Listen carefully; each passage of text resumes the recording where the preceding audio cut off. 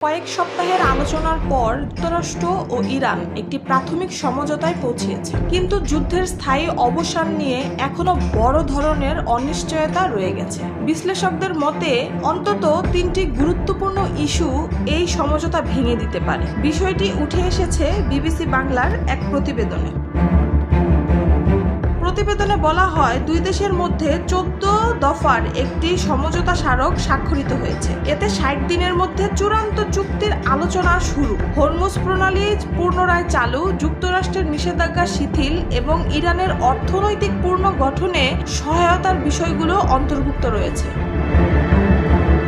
তবে সবচেয়ে বড় চ্যালেঞ্জ হিসেবে সামনে এসেছে লেবানন ইস্যু। সমঝোতায় সব ফ্রন্টে সামরিক অভিযান বন্ধের কথা বলা হলেও ইসরায়েল লেবাননে হামলা অব্যাহত রেখেছে। ইরান ও তাদের মিত্র হিজবুল্লাহ মনে করছে লেবানন থেকে ইসরায়েলি সেনা প্রত্যাহার যুদ্ধ বন্ধের অপরিহার্য শর্ত।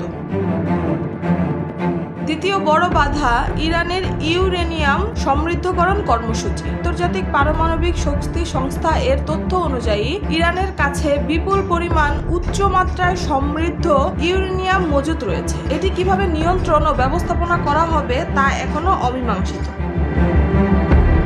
তৃতীয় চ্যালেঞ্জ হলো হরমুজ প্রণালীর ভবিষ্যৎ ব্যবস্থাপনা। এই গুরুত্বপূর্ণ নৌপথে অবাধ চলাচল নিশ্চিত করার পক্ষে যুক্তরাষ্ট্র ও উপসাগরীয় দেশগুলো অবস্থান নিলেও ইরান ভবিষ্যতে সেবা ফি আরোপের ইঙ্গিত দিয়েছে।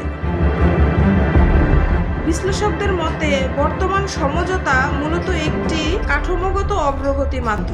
স্থায়ী শান্তি নিশ্চিত করতে হলে লেবানন, পারমাণবিক কর্মসূচি এবং হরমুজ প্রণালীর মতো জটিল ইস্যুগুলোতে কার্যকর সমাধানে পৌঁছানো জরুরি।